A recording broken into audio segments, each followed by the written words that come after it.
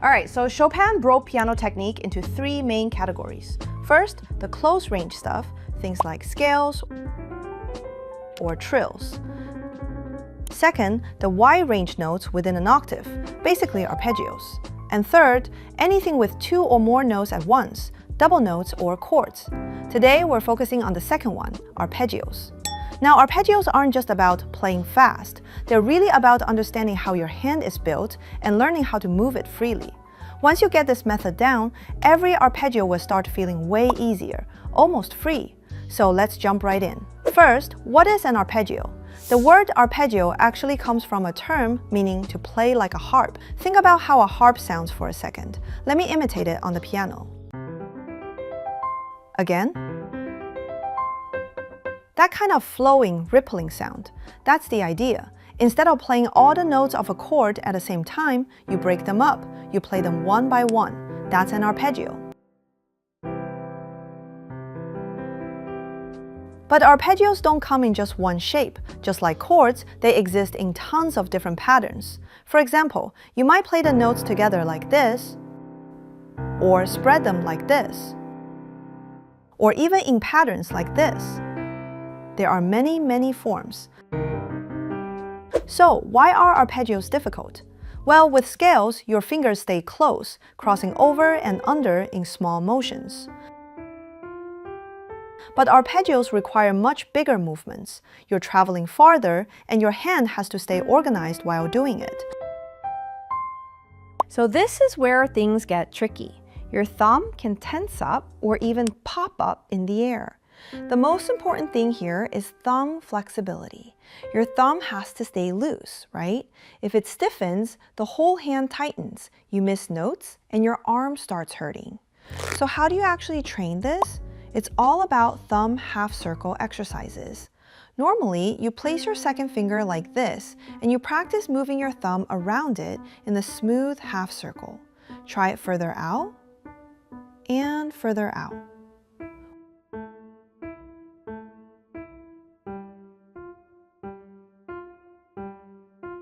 Once that feels okay, switch to the third finger.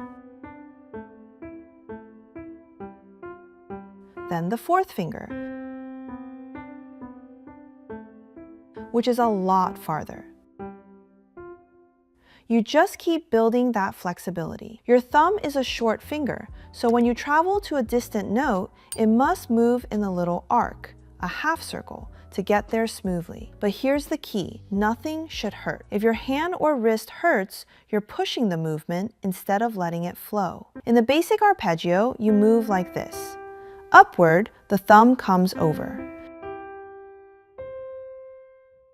If you practice the third finger version earlier, then here, the thumb should glide smoothly into place. When you come down, the thumb leads again like this. Now let's look at Chopin's Etude. Here, you play E, and then you have to come to C right away. That means, as you play the E, your thumb should already be on its way to C. Your thumb has to be flexible enough to land instantly, not by forcing it, but by letting it swing into place quickly and naturally. All right, now coming back down is the same idea. When you play C, your hand should already be ready for E right after, like this. C, E, smooth and quick. So you want to train your thumb to stay flexible without getting tense, even when it's supporting weight. There are actually many ways to train thumb flexibility. Let's take a look at Chopin Etude Opus 25, number 12, for example. Here, listen. We said earlier that when we break a chord, that becomes an arpeggio, right? So here, it's basically a C chord being rolled. You play the chord and then immediately move. Thumb plays, and instantly you're traveling to the next note. Thumb, move. It has to glide smoothly so you can come right back up like this.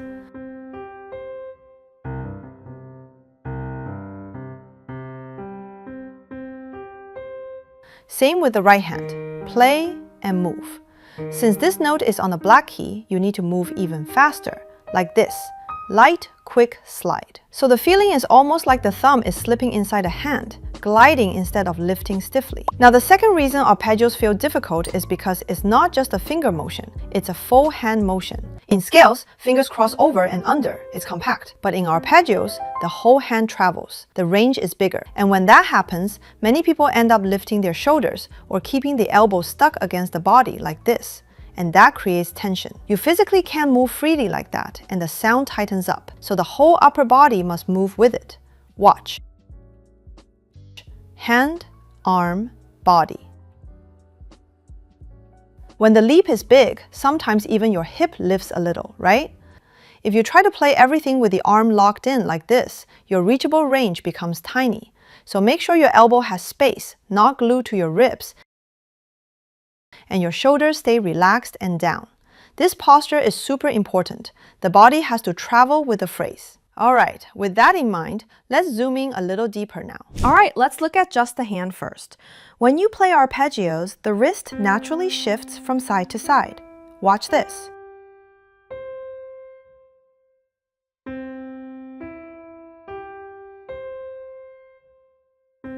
See how my wrist moves as I go across? And when I come back down, if the wrist doesn't move, it ends up like this. And that puts tension in the arm and makes accurate playing almost impossible. But this part really matters. You're not forcing your wrist to move on purpose. You're not faking the motion. The wrist moves because you're following the weight in your fingertips. So here's what it really feels like. I'm putting weight into the fingertip that's playing, and everything else, arm, wrist, shoulder, is completely relaxed. Watch again. I play the C, then as I move to E, the wrist naturally shifts this way. Then to G, it naturally shifts the other way. The wrist and the finger that's playing form a straight line.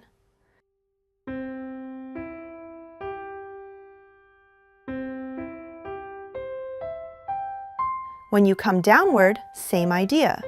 Weight in the fingertip, the rest stays relaxed, the wrist follows naturally. So to summarize, feel the weight in the fingertip of the note you're playing and let the wrist move sideways naturally as you shift between notes. Now, if that were the end, this would be too easy, right? Even this part alone is already pretty challenging for most people. But there's something even more important. Think about your heartbeat for a second. That steady pulse, we can call that rhythm. Every piece of music has its own rhythm. Even in a simple arpeggio like this one, there's a pulse. 1, 2, 1, 2, 1. So let's start there. In a basic arpeggio like the one I'm playing, this note right here acts as the downbeat, the first beat.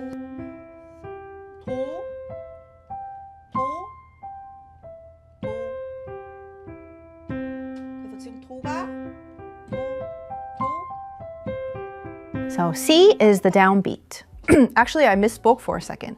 Earlier I said the heartbeat is the downbeat. Let me fix that. From now on, I'm going to call the heartbeat pulse the downbeat, beat 1. In a basic arpeggio, this note is the downbeat. Now in Chopin's Etude, which note is the downbeat?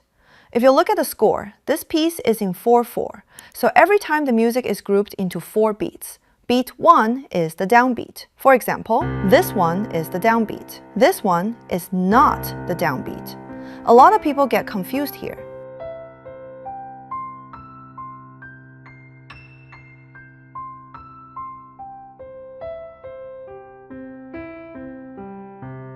Let's check another Chopin etude. Here, this is the downbeat. And here, this is the downbeat. If you don't know where the downbeat is, or you keep mixing it up, it becomes a serious problem. Like, serious enough that I tell you to stop this piece and work on something else first, because the meaning completely changes. It's like English punctuation. For example, let's eat, Grandma, versus let's eat, Grandma. Same words, totally different meaning, right? Music is the same. If you misunderstand the downbeat, the whole phrase feels wrong. So here's what we're going to do. On the downbeat, we're going to bring the wrist down. And on the other beats, we gradually go up, like this. Down, up, up, down, up, up, down, up, up, down. up, up, down, down, up, down. And faster, it looks like this. Now let's look at Chopin Etude Opus 10, number 1. A lot of people play this as down, even though it's not the downbeat. They just think it is. But actually, this one is up. Down, up, down, down, down, up, down, up, down, up, down, up. Let's check another example. Down, down, down, up, down. Like that. So remember, we need 2 wrist movements happening at the same time. The wrist moving side to side as you travel across the keys, and the wrist moving up and down based on the downbeat. Both have to happen together. All right, let's take a look. When you play the downbeat, the wrist is moving sideways, and at the same time, it's going down, up, down, up. So the horizontal movement and the vertical movement are happening together. Pretty interesting, right? Once you understand this principle of arpeggios, you'll be able to apply it to any arpeggio you encounter. Now, the third reason arpeggios feel difficult is something called leaps. And honestly, this last one is actually very simple, so don't click away yet. In a way, this connects back to the first thing we talked about, the whole hand movement. When you play arpeggios, there are moments where the hand has to connect like this, these connecting points. But if you try too hard to connect everything smoothly, piano playing becomes exhausting, really exhausting. So instead of forcing the connection, we separate the movement. That's what we call a leap. What does leap mean? It literally means jumping. When you make a leap, your hand must already know exactly where it's going next. Let me show you. It's not like you lift the hand and drop it randomly. If we slow it down, you release, and then you move naturally to the next position. With leaps, the key is this. Your hand has to be prepared ahead of time. For example, if we look at just the right hand, you play E, then you make a leap of this size. That requires thumb flexibility, and after the leap, the next note might not even be a leap. It could just be finger movement. But the important thing is, the next note has to be ready in advance.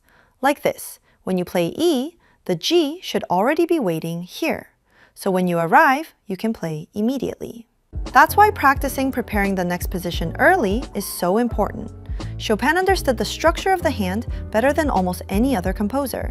That's why you could even say Chopin's technique is a kind of science of sensation. Every single measure you practice today is slowly making your hands more free. And if you're curious about even more interesting techniques, check out the next video.